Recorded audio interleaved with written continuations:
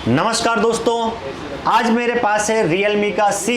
जी हाँ फ्रेंड्स, और इसमें वही प्रॉब्लम है जो अभी तक YouTube पे इसका सॉल्यूशन ना ही तो किसी ने डाला है, ठीक है, लेकिन जैसे कि फोनबे की टीम हमेशा करती है, आज इसमें जो प्रॉब्लम है उस प्रॉब्लम का कितनी जगह से सॉल्यूशन निकलता है, कितनी जगह से पॉसिबिलिटी होती है, इस वीडियो में आज आपको हम बताने वाले हैं। तो सेट में प्रॉब्लम है, जैसे ही हम इस सेट को ऑन करते हैं,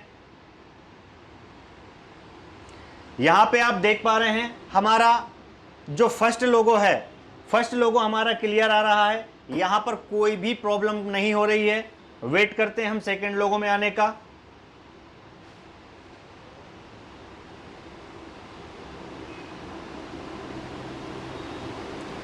और ये सेट मेरा जैसे ही सेकंड लोगो में गया है और जाने के बाद यहां पे देखिए Realme आया है और लाइट का फ्रैक्चुलेशन चालू हो गया है।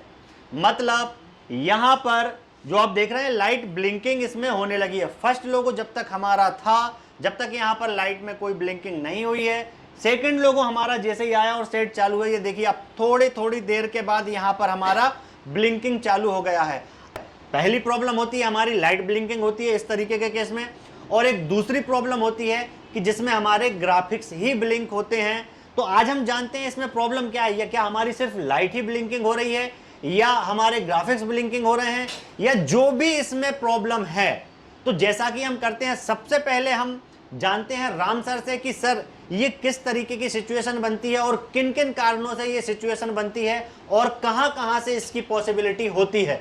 तो हम जानते हैं राम सर से। जैसा कि अभी जो आपने देखा मोबाइल, क्या इसमें हो रहा है, डिस्प्ले ब्लिंक हो रहा है।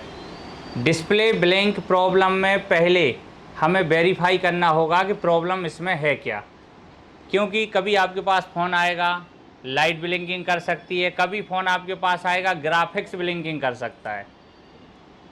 तो ये दोनों ही कंडीशन के अलग अलग सॉल्यूशन होते हैं। और लाइक आप सब ने देखा होगा, कुछ Realme ओप्पो में अभी बीच में अपडेट में भी ये प्रॉब्लम आया था कि अपडेट करने के बाद डिस्प्ले ब्लिंक होने लगी थी, लेकिन वो दोबारा से फ्लैश करने पर ये प्रॉब्लम हमारी सॉल्व हो जा रही थी। बट कंडीशन ये है कि ये जो फ़ोन है ये दुकानदार भाई का है, तो ऑलरेडी उन्होंने सॉफ्टवेयर वगैरह जो भी है वो तो चेक कर ही लिया होगा, या नहीं किया होगा तो भी अपन चेक कर लेंगे कि आगे क्या स्थिति है। तो पहले तो हमें इसमें ये वेरीफाई करना है सर कि इसका ग्राफिक्स ब्लिंक हो रहा है या डिस्प्ले ब्लिंक हो रहा है। अब उसके लिए अपन को इसका हार्डवेयर देखना पड़ेगा, इसमें कौन सी डिस्प्ले के वोल्टेज बनाने के लिए जो डिस्प्ले बायस आईसी होती है हमारी कौन सी यूज हुई है, लाइट आईसी कौन सी यूज हुई है, तो पहले हमें वो सब देखना पड़ेगा। सर जैसे कि ये है हमारा Realme का C21Y, Realme C21Y, तो बोनियो में देखते हैं इसका। Realme का है तो स्कीमेटिक तो नहीं होगा, हार्डवेयर सॉल्यूशन बाकी सारी चीज़ें अवेलेबल होंगी। ये हमारा आ गया Realme का सीरीज। अब हमें जाना है C21 पर। तो C21 में यहाँ पर दो मॉडल हैं। तो 6 पिन वाला लाइट आईसी यूज हुआ है। यस सर, इसमें 6 पिन वाला लाइट आईसी यूज हुआ है। ठीक है, तो बोर्ड का डिज़ाइन यही है, सेम टू सेम। आप एक बार देखिए इधर पे, लाइट आईसी भी है हमारी इधर। हाँ सर, सेम टू सेम। और ये ग्राफिक्स के लिए एलयूवी लगी हुई है जो हमारी इधर सीपीयू के नीचे। सेम टू सेम है सर। एक मिनट में और इसको निकाल लेता हूँ।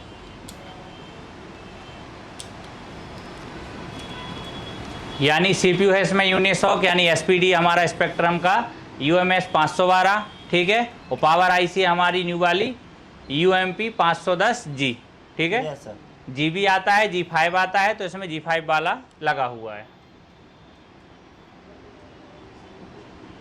जी सर, पूरा यही बोर्ड है। हाँ मदरबोर्ड सेम है।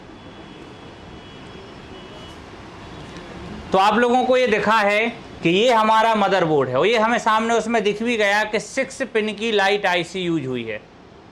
ग्राफिक्स सेक्शन में मैंने आपसे बोला था 6 पिन की लाइट आईसी और 15 पिन की डिस्प्ले बायस आईसी, जिसे नॉर्मली हम और आप एलयूबी के नाम से ज़्यादा जानते हैं, लेकिन एलयूबी अकेला ही नाम नहीं होता, और भी तमाम नामों से हमारी आईसी आती है। और उस टाइम हमने ये भी देखा था कि ये जो दो आईसियाँ हैं, एक 5A जो फ़ोन आज की डेट में रिपेयर होने के लिए नहीं आता उसमें भी लग के आती थी, और उसके अलावा आज की डेट के कुछ 5G फ़ोन भी हैं जो सस्ते रेंज के 5G में भी लगी हुई है।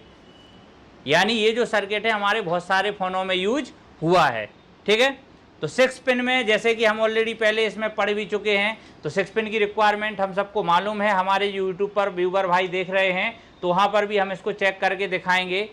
क्योंकि सर पहले अपन को यही डिसाइड करना है कि आखिर लाइट ब्लिंक हो रही है या ग्राफिक्स ब्लिंक हो रहा है जी। तो सीधी बात है, हम लाइट आईसी का इनेबल डायरेक्ट दे देंगे 1.8, तो लाइट ब्लिंक होने का तो सवाल हमारा वहाँ पे ख़त्म हो जाएगा। तो सर एक 1.8 इसकी आप 5 नंबर पिन पे दे दीजिए। चलिए, यानी अभी हम वेरीफाई कर रहे हैं इसको कि आखिर ग्राफिक्स ब्लिंक हो रहा है या सिर्फ अकेली लाइट ब्लिंक हो रही।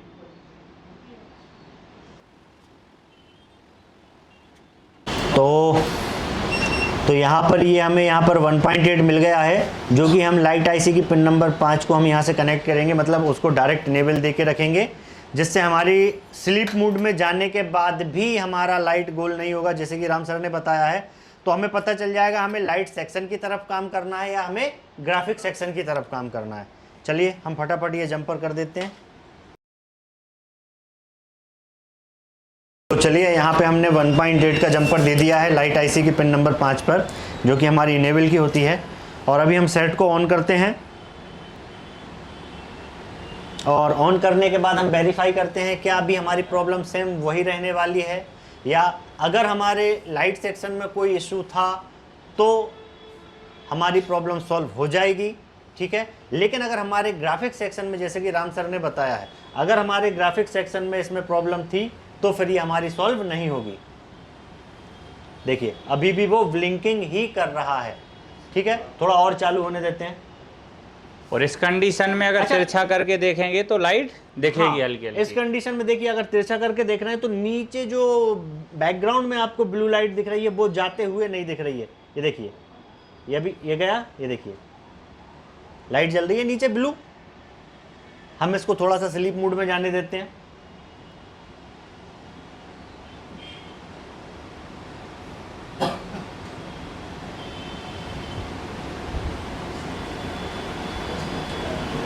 ये देखिए, जैसे ही हमारा स्लीप मोड में गया है तो आप यहाँ पे जैसे देख पा रहे हैं, पास से आके आप देखेंगे तो यहाँ पर आपको ब्लू लाइट आपको दिख रहा होगा, ठीक है। क्योंकि इसको हमने इनेबल को डायरेक्ट यहाँ पे कर दिया है, तो ये लाइट हमारी परमानेंट चालू हो गई है। तो हमें ये चीज़ समझ में आ गई है कि जो हमारी प्रॉब्लम है ये हमारे ग्राफिक्स में प्रॉब्लम बन रहा है। जो हमारी ब्लिंकिंग हो रही है वो लाइट में नहीं, हमारे ग्राफिक सेक्शन में हो रही है। तो सर इसमें जैसे कि हमने फाइंड किया है, जैसा आपने बताया, लाइट आईसी पे हमने 1.8 इनेबल डायरेक्ट दे के चेक किया, और बैकग्राउंड में ब्लू डिस्प्ले हमें दिखाई दे रही है, लेकिन ग्राफिक्स फ्रिक्चुअल ही हो रहा है। तो यानी ये तो फाइनल हो गया कि लाइट डिपार्टमेंट से हमारा कोई इशू नहीं है, लाइट हमारा सही है। यानी अब जो दिक्कत है वो किसकी है, हमारे पिक्सल, यानी जो ग्राफिक्स हमारे आ रहे हैं तो ग्राफिक्स ही हमारा कटआउट हो रहा है, इसलिए हमारा ब्लिंक हो रहा है। तो सर फिर तो ग्राफिक्स का पूरा रिक्वायरमेंट देखना पड़ेगा इसमें। ठीक है सर। ये डिस्प्ले कनेक्टर से ही शुरुआत करेंगे, क्योंकि आप लोगों को भी बताया था क्लास में, शुरुआत डिस्प्ले कनेक्टर से करेंगे, लेकिन अगर डिस्प्ले कनेक्टर ओके मिलता है तब हम आगे डिस्प्ले कनेक्टर पे जो लाइनें आ रही उनके आगे के डिपार्टमेंट को भी चेक करेंगे। तो पहला काम हमारा डिस्प्ले कनेक्टर। चलिए, तो एलसीडी कनेक्टर क्लियर दिख रहा है आप लोगों को? चलिए, अच्छी बात यह है कि वॉर्नियो में यहाँ पे सॉल्यूशन दिया गया है, कौन कौन सी एलसीडी के लिए जिम्मेवार चीज़ें हैं, कौन कौन सी लाइट के लिए जिम्मेवार हैं। और यहाँ पे नहीं होता तब भी हम वेरीफाई कर सकते थे इनको कि हमें कौन कौन सी लाइनों को वेरीफाई करना है। चलिए, मल्टीमीटर को मैं डायोड मोड पे लेके जाता हूँ। तो यहाँ पर मैं कूल टेस्टिंग करता हूँ reverse wise first. 539 OL। Sir पहले आप नीचे की देख लीजिए, मीपी से हम फाइनल हो जाएंगे। ओके, तो ज़्यादा बेहतर रहेगा, क्योंकि ये 2 लाइन के बाद एक ग्राउंड दिया जाता है, कुछ सेटों में ग्राउंड नहीं भी होता है, साइड में होता है। तो ये हम पहले नीचे का कनेक्टर का डिपार्टमेंट ये फाइनल कर लेंगे। तो पहले सर आप नीचे का। चलिए मैं नीचे से स्टार्ट होता हूँ, इस तरफ से। ग्राउंड, पहले ग्राउंड 450, 451, ग्राउंड 452, 451, ग्राउंड 460, 459, ग्राउंड, हर 2 लाइन के बाद एक ग्राउंड, 452 ग्राउंड, 450, 451 ग्राउंड, 1197, 1200, 1194 और ग्राउंड। ठीक है, ये हमारी लाइन आ रही। यहाँ पर हमें थोड़ा सा डिफरेंट इसलिए मिला क्योंकि यहाँ पर ये क्या है, हमारी डिस्प्ले आईडी, ये हमारी डिस्प्ले आईडी है, इसलिए यहाँ पे हमें 11-1200 के आसपास जो रीडिंग मिला हुआ है। बाकी हमारी जो डाटा की लाइनें थी उन सभी पे हमें सिमिलर रीडिंग देखने को मिली है। तो सर ये डिपार्टमेंट तो हमारा फाइनली चेक हो गया, ओके है। अब हार्डवेयर सॉल्यूशन में जितना बनाया गया हम इसको भी चेक कर सकते हो, लाइक हम चाहें तो पूरे कनेक्टर को भी चेक कर सकते हैं। तो फिलहाल में डिस्प्ले के लिए जो जिम्मेदार बना हुआ है तो इसको ही चेक करेंगे, VSN VSP। तो ये सर VSN VSP है साइट। देखिए VSP पे आ रहा है हमारा 610, इसके बीच में OL, और इसके बाद यहाँ पे अगले पे हमारी रीडिंग नहीं आ रही है। VSN पे रीडिंग क्यों नहीं आ रही है VSN पे? इसमें फॉरवर्ड वाइज आएगी। अभी हम ये रिवर्स वाइज चेक कर रहे हैं, इसमें क्या आएगी? Forward wise. चलिए फॉरवर्ड वाइज वेरीफाई कर लेते हैं। वैसे ये हमारी लाइन तो ओके है क्योंकि ग्राफिक्स बन रहा है, लेकिन हो सकता है कहीं कोई लीकेज वगैरह हो, तो ये भी ओके है हमारा। चलिए आगे बढ़ते हैं। सर पर एक लाइन छोड़ के अगला हमारा ही 1.8 दिया हुआ है। ये तो सर 0.092 का यहाँ पे रीडिंग आ रहा है। 0.045। हाँ 1 2 3 4 5 में पेन 4 5, ये सर 0.092। तो यानी ये कंडीशन तो हमारा ये शॉर्टिंग का है, लेकिन डिस्प्ले फिर भी आ रहा है, कोई दिक्कत नहीं। अभी हमारी कुछ लाइनें और बची हुई हैं, उनको भी देख के फिर हम इसको वेरीफाई करते हैं कि इस पे वोल्टेज कितना आ रहा है। चलिए सर, ठीक है, तो 1 2 ये सर 1.8 था, 6 7 8 9 10 11 12 और 14। ठीक है, 1 2 3 4 5 6 7 12 पे भी सर 09 की रीडिंग है। 12 पर भी 09 हाँ, की है, और 14 पे 07 की रीडिंग है। 12 पर भी है हाँ, और 14 पर भी है। हाँ, इन दोनों पर भी डाउन रीडिंग है। हाँ,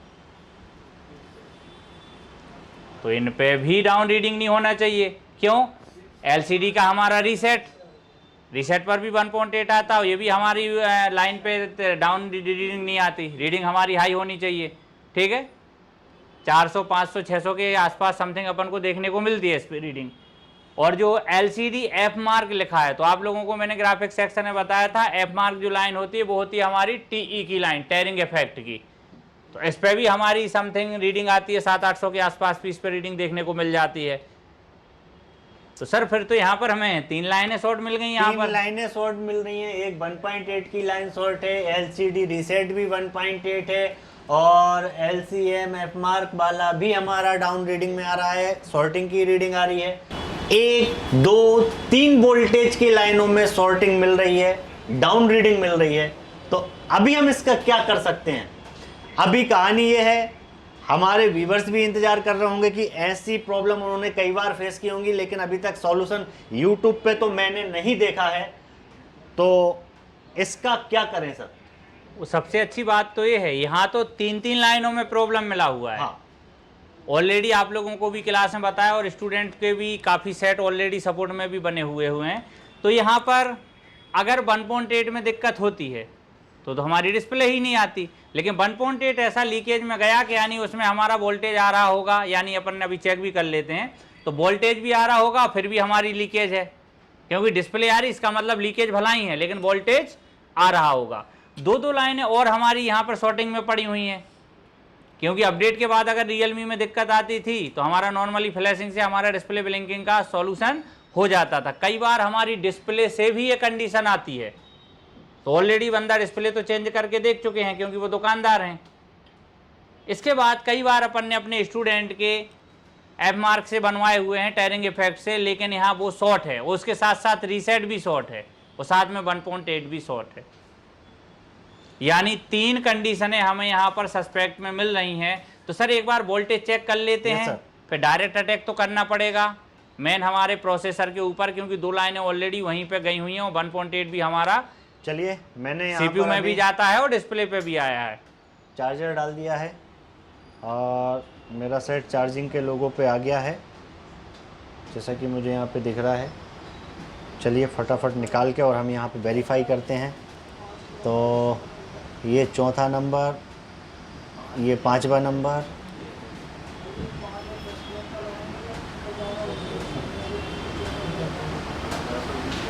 ये देखिए यहाँ पे हमारा 1.8 आ रहा है, जो पिन हमारी शॉर्ट आ रही थी।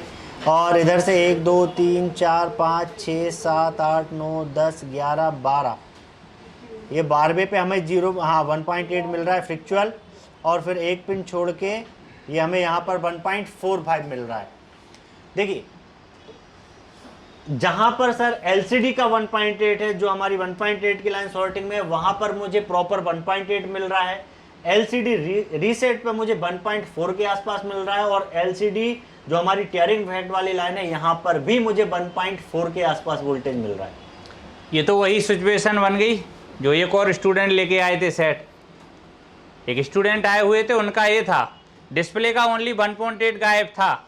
अब उन्होंने मदरबोर्ड में 2 जगह 1.8 खोजा, हालांकि वो सीखने आए थे, जितना उन्हें नॉलेज था उसके हिसाब से उन्होंने 2 जगह 1.8 खोजा।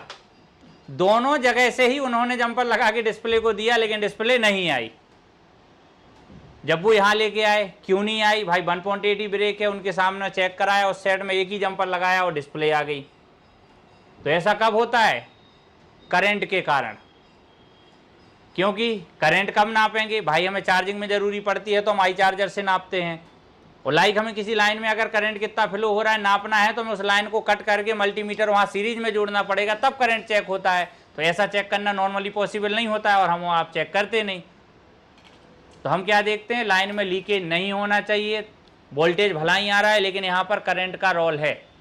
यहाँ पर हमारा करंट प्रॉपर नहीं मिल पा रहा है, जिसकी वजह से हमारा सर्किट काम नहीं कर रहा है। और एक एग्जाम्पल और आप लोगों ने देखा होगा, फोनवे के चैनल पर ऑलरेडी पहले से ही पड़ा हुआ है एक वीडियो, जो स्लीप मोड में जाने पर मोबाइल रीस्टार्ट या बंद हो जाता था। तो उस लाइन में भी वोल्टेज आ रहा था, लेकिन करंट का रोल था, वहाँ पर करंट वहाँ पर प्रॉपर नहीं मिल पा रहा था, क्योंकि लाइन लीकेज में थी, वो ग्राउंड में जा रहा था। इस चक्कर में हमारा वहाँ पर मोबाइल रिस्टार्ट हो रहा था, तो उसको भी अलग से बाईपास करके बनाया था।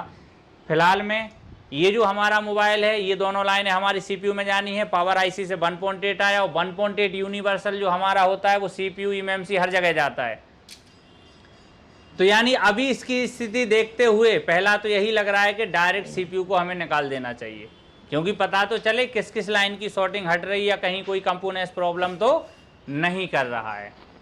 तो चलिए, जैसे कि हमने इसकी प्रॉब्लम को फाइंड किया है, तो हमें डायरेक्ट अटैक सीपीयू पर ही करना है।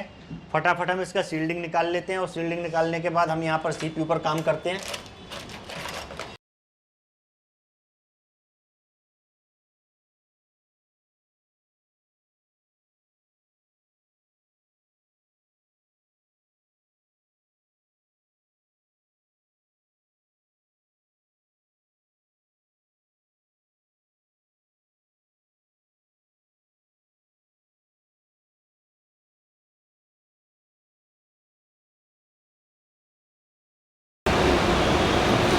तो चलिए फ्रेंड्स, हमने सीपीयू रिमूव कर लिया है। सबसे पहले हम इसे क्लीन कर लेते हैं।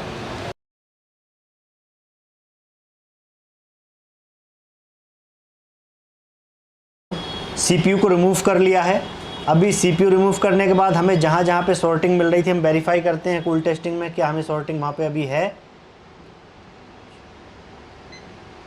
यहाँ पे ओएल आ गया है और 1 2 3 4 5 6 7 8 9 10 11 12 नंबर ये भी ओएल आ गया है। 13 और 14 नंबर ये भी ओएल आ गया है। मतलब यहाँ पे सीपीयू से ही हमारी सॉर्टिंग थी, अभी सॉर्टिंग सर जा चुकी है। सर सीपीयू से शॉर्टिंग थी तो ये 2 वोल्ट हैं, बल्कि हमारे इस पे वोल्टेज की लाइन पे तो कुछ रीडिंग आ रही होगी, क्योंकि ये तो पावर आईसी से कनेक्टेड है। चलिए मैं वेरीफाई कर रहा हूँ। 5 नंबर 5 पे 1 2 3 4 5 5 इस पे हमारी रीडिंग आ रही 350। ठीक है, पहले हमारा बहुत ही डाउन रीडिंग था, अभी हमारा सही आ गया। हाँ, यानी कंडीशन हमारी इसमें 3 लाइनें शॉर्ट थी और तीनों की 3 सीपीयू से शॉर्ट थी।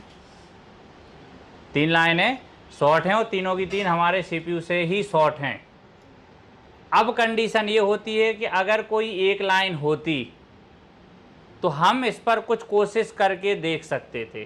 तीन में से अगर कोई एक लाइन होती तो हम कुछ कोशिश करके देख सकते थे, अलग से डिवाइडर बना के या मास्किंग करके या कुछ जुगाड़ करके ट्राई कर सकते थे। बट कंडीशन क्या है कि यहाँ तीन तीन लाइनों में फॉल्ट है और वो डायरेक्टली CPU से ही है। तो इस कंडीशन में तो सर CPU चेंज ही करना पड़ सकता है। चलिए सर CPU चेंज करते हैं। CPU ही चेंज करना पड़ेगा इस कंडीशन में। चलिए, तो CPU हमने निकाल लिया है। हम स्क्रब बोर्ड से इसका CPU डालते हैं और फिर वेरीफाई करते हैं कि हमारी क्या कंडीशन बनती है। एक स्क्रब बोर्ड पड़ा है हमारे पास, तो हम इसमें CPU डालते हैं।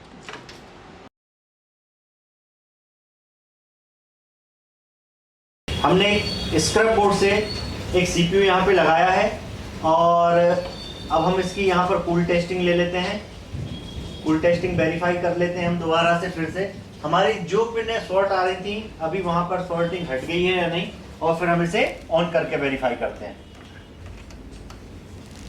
स्वाभाविक सी बात है, तो CPU निकालने के बाद हमारी वो शॉर्टिंग हटी थी।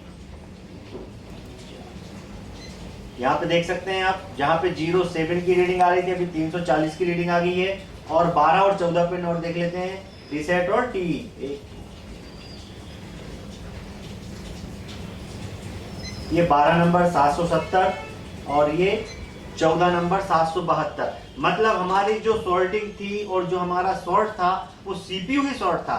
तो हम चलिए इसको चेक कर लेते हैं फटाफट कि हमारी सॉर्टिंग हट गई है। एक बार हम इसे चालू करके और देख लेते हैं।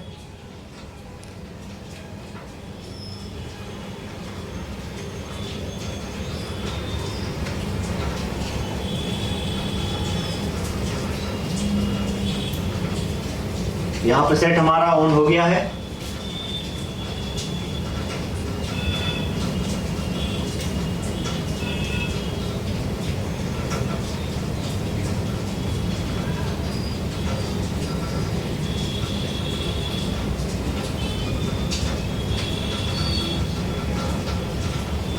तो यहाँ पे देख सकते हैं आप, हमारा सेट यहाँ पर फुल ऑन हो चुका है। और जो हमारा बीच बीच में जो हमारे ग्राफिक्स ब्लिंकिंग कर रहे थे, बार बार आ रहे थे जा रहे थे, अभी वो प्रॉब्लम हमारी सॉल्व हो चुकी है। और ये CPU में तीन जगह में सॉर्टिंग मिली, लेकिन CPU में क्या हुआ, क्या कहानी थी, हम राम सर से जानते हैं। CPU में तीन लाइनों में प्रॉब्लम मिला हुआ है। पहला तो हमारा 1.8 का लाइन लीकेज में था, दूसरा डिस्प्ले का रीसेट भी लीकेज में था, और तीसरा हमारा FMR यानी TE की लाइन भी लीकेज में थी। तीन लाइनों में शॉर्टिंग थी। अगर किसी एक लाइन में शॉर्टिंग होती तो हम कुछ इसको बाईपास करने की कोशिश करते, लेकिन तीन लाइनों में शॉर्टिंग मिली, इसलिए डायरेक्ट ही CPU चेंज कर दिया। और CPU चेंज करने के बाद हमारी प्रॉब्लम यहाँ पर फिक्स हो गई है। जैसा कि आप लोगों ने भी देखा होगा, कई सेटों में अपडेट के बाद दिक्कत आती थी तो ये हमारा सॉफ्टवेयर से सही हो जाता था, बट ये हमारा सॉफ्टवेयर नहीं था, यहाँ पर हार्डवेयर से था। इससे पहले भी स्टूडेंटों के कई सेट बनवाए हैं, तो किसी में हमारी TE की लाइन भी ब्रेक निकली हुई है। तो लेकिन यहाँ पर क्या था, ब्रेक वगैरह लाइन नहीं थी, लेकिन ये हमारा डायरेक्ट शॉर्ट ही था। तो इसलिए हमने CPU चेंज किया और अपना प्रोसेस सक्सेस रहा है। अगर आप लोगों के पास भी आता है तो आप भी कर सकते हैं। जैसा कि फोनबे की टीम फ्रेंड्स हमेशा करती आई है, इस वीडियो में भी हमने आपको वो पॉसिबिलिटियां बताई हैं कि कितनी जगह से ये पॉसिबल है। जैसे कि राम सर ने बताया है, ये हमारी TE लाइन से भी होता है, हमारा सॉफ्टवेयर से भी होता है, और अभी इसमें नया इसमें भी तीन लाइन में सॉर्टिंग भी मिली। अगर वोल्टेज की लाइन में लीकेज है तब भी ये कंडीशन बनती है। तो अगर आपके पास अगर इस प्रॉब्लम में कोई सेट आता है तो आप उसे फिक्स करवाएंगे। Thank you.